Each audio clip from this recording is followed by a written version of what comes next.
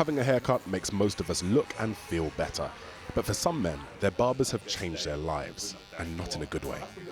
It started itching me, blood stains on my collar, blood stain on a pillow. Meet Elanda. Through a tiny cut from a barber's dirty clippers, he got a fungal infection.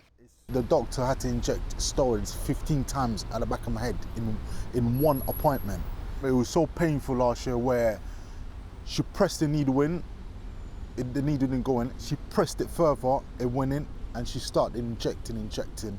Years on, he still needs these injections every 6 weeks, and he says his barber has ruined him.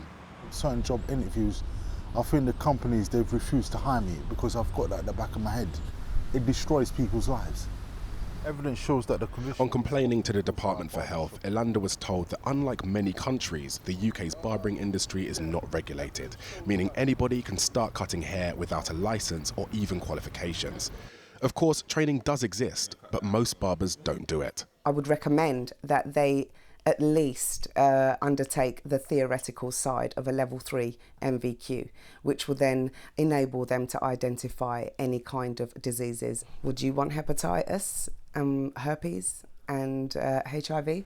New figures from a UK-wide survey show that 80% of consumers think that barbers should be trained in order to practice. A further 74% would like to see barbers hold a licence, which proves that they have been trained.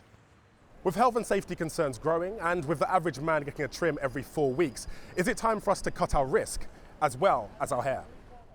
Dirty razors and blood-stained scissors. We showed one of the barbering industry's leading experts photos from within British shops. Obviously the hygiene of the pictures that I can see in front of me are fairly horrific. I mean, it's just not good enough. If we can get regulation, the chances of this happening are far less likely, because everybody will have to be properly trained and qualified before they can carry out any of these services. But do barbers themselves want to change? I think the people that I've spoken to believe that in some way it's going to be used by the government to, you know, tax more money or whatever else. But I think the bottom line is health and safety kind of overrides money. Please, the government, if they're listening, try and do something about it. For Elanda, any changes would come too late, but he still doesn't want others to suffer. Ben Hunt, 5 News.